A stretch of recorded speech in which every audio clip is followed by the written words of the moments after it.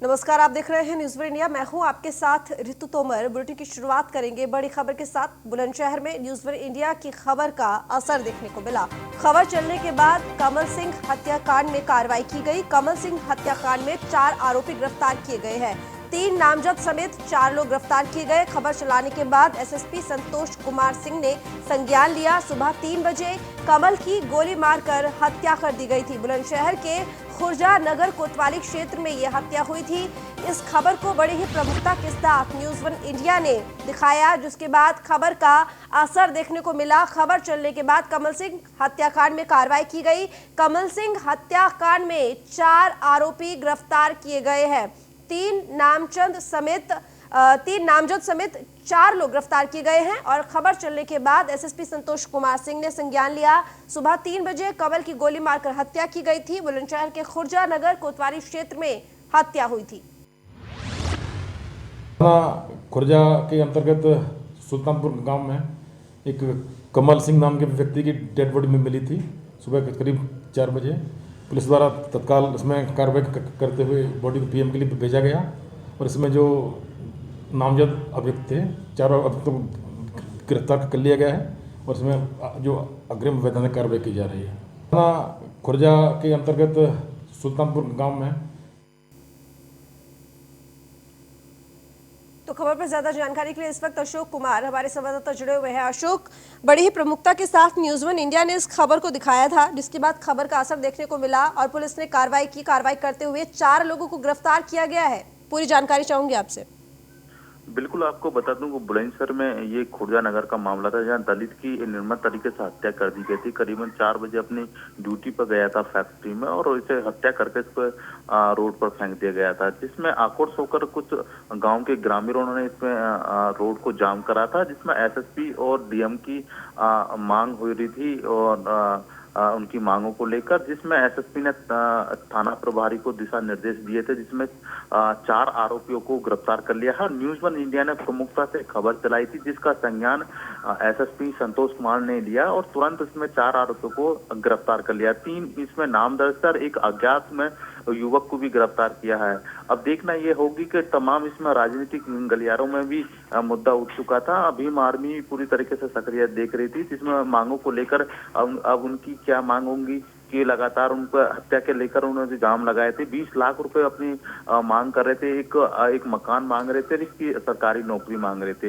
अब देखा जाएगा तो बुलंदशहर के एसएसपी ने पूरी जिम्मेदारी से निभाते हुए 4 आरोपियों को अरेस्ट कर लिया है और उनको जेल भेज दिया गया है। अशोक, क्योंकि 4 आरोपियों को अब गिरफ्तार कर लिया गया है, 3 नामजद है, 1 आरोपी और, क्या वजह बताई जा रही है? क्या पुलिस ने पूछताछ की इनसे? तो क्या सामने आया? आखिर किस वजह से गोली मारकर हत्या की गई?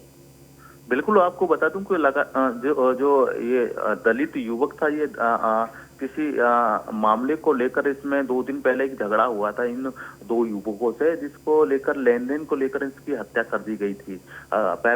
पैसे को लेकर इसकी हत्या कर दी गई थी और पुलिस ने अहम सुराग के अनुसार कुछ सूत्र मिले थे, जिसमें कॉल डिटेल के आधार पर 4 आरोपियों को नाम दर्ज किया था और एक अज्ञात किया था, जिसमें आरोपियों को गिरफ्तार कर लिया। लेन देन को लेकर इस युवक की हत्या की गई थी। ठीक, बहुत शुक्रिया अशोक तमाम जानकारी के लिए आपका। तो हमने इस खबर को बड़ी ही प्रमुखता के साथ दिखाया, जिसके बाद पुलिस ने कार्रवाई की और 4 लोगों को अरेस्ट कर लिया गया है।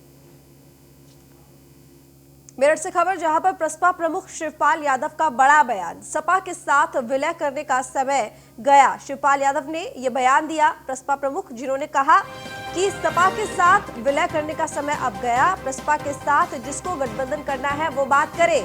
शिवपाल यादव प्रगतिशील पार्टी के अध्यक्ष प्रमुख, जिन्होंने ये बड़ा बयान दिया, उन्होंने कहा कि सपा के साथ विलय करने का समय अब चला गया है और अब प्रगतिशील पार्टी के साथ अगर किसी को गठबंधन करना है तो वो बात करे।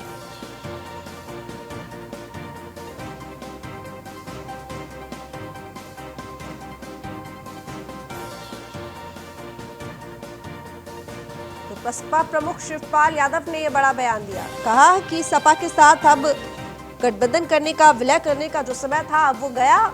जिस तरीके से कयास लगाए जा रहे थे कि हो सकता है कि प्रसपा का विलय हो सकता है सपा में, लेकिन अब इस बयान के बाद ये सारी अनुमान, सारी आशंकाएं जिनका खंडन समय निकल चुका है।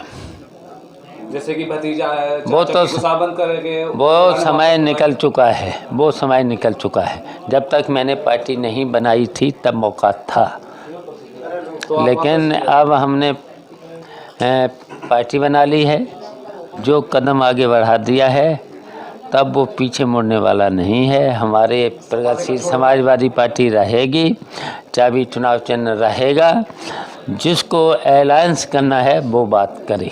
देखिए, वो समय निकल चुका है। शिवपाल यादव प्रसपा के प्रमुख, जिन्होंने ये कहा कि आगे कदम बढ़ा लिया है, अब पीछे नहीं जाएंगे, यानी कि समाजवादी पार्टी के साथ अब विलय नहीं करेंगे, वो वक्त अब निकल चुका है। हम आगे बढ़ चुके हैं, पार्टी हमने बना ली है। ऐसे में समाजवादी पार्टी के साथ गठबंधन करने का तो कोई सवाल ही पैदा नहीं होता। खबरों में आगे बढ़ते हैं। मेरठ में प्रसपा सुप्रीमो शिवपाल यादव से हमारे संवाददाता अतुल शर्मा ने खास बात की, देखिए। पिछले दिनों मीटिंग हुई थी प्रदेश कमेटी, उसमें निर्णय लिया था 23 तारीख को किसान संघर्ष दिवस के रूप में चौधरी चरण सिंह जी का जन्मदिन मनाएंगे। तो अमित जानी जी ने मुझसे टाइम मांगा था 23 दिसंबर का, लेकिन 23 दिसंबर को हम चौधरी चरण सिंह जी का जन्मदिन अपने पीजी कॉलेज हेवराज में मनाते हैं, उसकी वजह से आज का समय दिया था।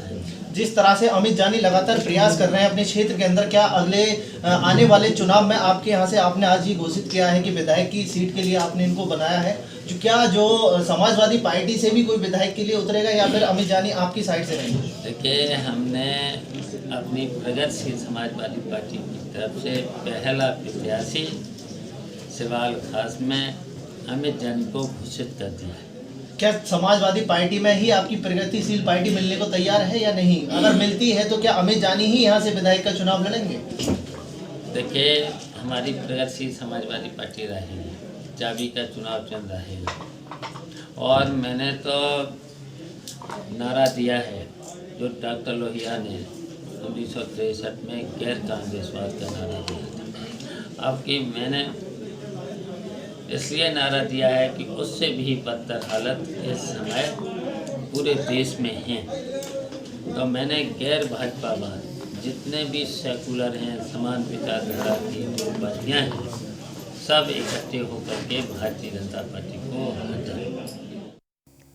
गाजीपुर बॉर्डर पर आग की लपटों का तांडव, किसान आंदोलन स्थल के पास भीषण आग लगी। इस वक्त की बड़ी खबर आपको बता रहे हैं, गाजीपुर बॉर्डर जहां पर आग की लपटों का तांडव। ये तस्वीरें गाजीपुर बॉर्डर की, जहां पर भीषण आग लगी। किसान आंदोलन स्थल के पास ये भीषण आग लगी। आगजनी की घटना गाजीपुर बॉर्डर, जहां पर किसान आंदोलन हो रहा है पिछले कई दिनों से, वहां से ये तस्वीर, एक्सक्लूसिव तस्वीरें इस वक्त आप न्यूज़ इंडिया की टीवी स्क्रीन पर देख रहे हैं। गाजीपुर बॉर्डर पर आग की लपटों का ये तांडव, किसान आंदोलन स्थल के पास भीषण आग लगी। किस वजह से आग लगी, हालांकि अभी कारणों का पता नहीं चल पाया है, खुलासा नहीं हुआ है, लेकिन फायर ब्रिगेड की टीम पहुंची और आग को बुझाने की कोशिश की जा रही है, काबू पाने की कोशिश की जा रही है। ये तस्वीरें गाजीपुर बॉर्डर पर भीषण आग की।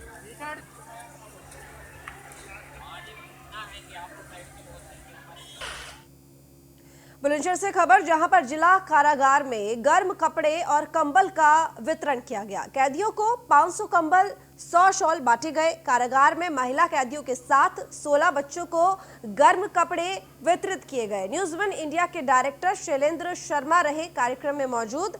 जेलर राजेश कुमार पांडे ने न्यूज़ वन इंडिया और शैलेंद्र शर्मा को धन्यवाद भी दिया। तो न्यूज़ वन इंडिया के डायरेक्टर शैलेंद्र शर्मा समय समय पर सामाजिक कार्य करते रहते हैं।